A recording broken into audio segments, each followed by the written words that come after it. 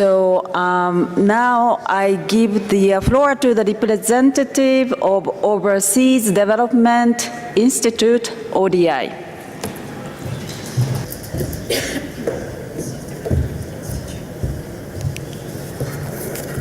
Excellencies, distinguished delegates, ladies and gentlemen. This is the last global conference before the deadline for achieving Target E of the Sendai Framework. Achieving Target E will undoubtedly be a success, but we must aim beyond having DRR strategies in place by 2020. We must ensure that these strategies are ambitious, robust, and implementable. First, governments need to do more to incentivise private and public finance in DRR. As a start, they need to establish risk ownership. DRR strategies will be ineffective unless governments, businesses, international agencies and civil society agree on the key disaster risks or contingent liabilities, who will be responsible for addressing them and how this will be paid for.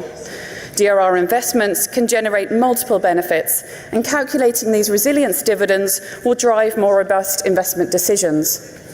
By deploying existing financial policies, laws and regulations, fiscal levers and public finance, governments can shift financing away from risk-generating sectors and locations and towards investments to reduce risk.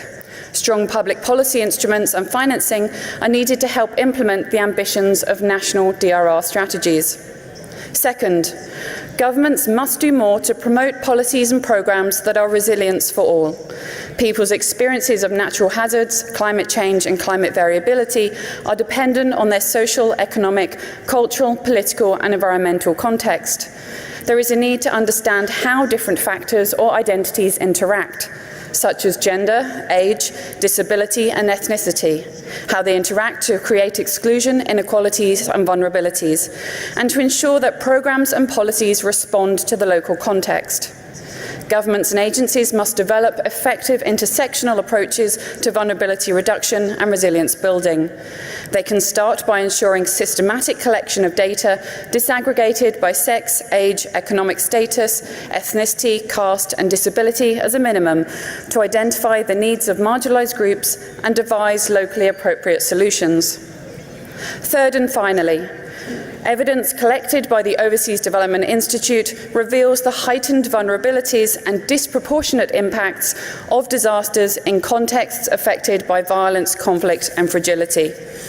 Conflict vulnerabilities are part of the construction of disaster risk and need to be factored into efforts to reduce disaster impacts, including in the design and delivery of DRR strategies.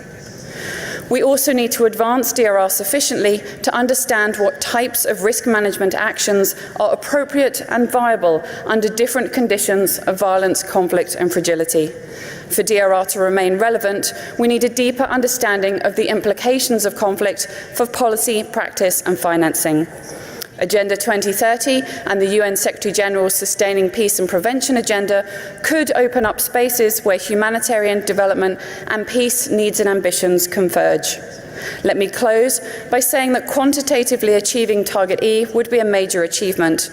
However, delivering disaster risk reduction outcomes will require strong policies and funding, a commitment to promote policies and programmes that build resilience for all, and a deeper understanding of the implications of conflict for DRR.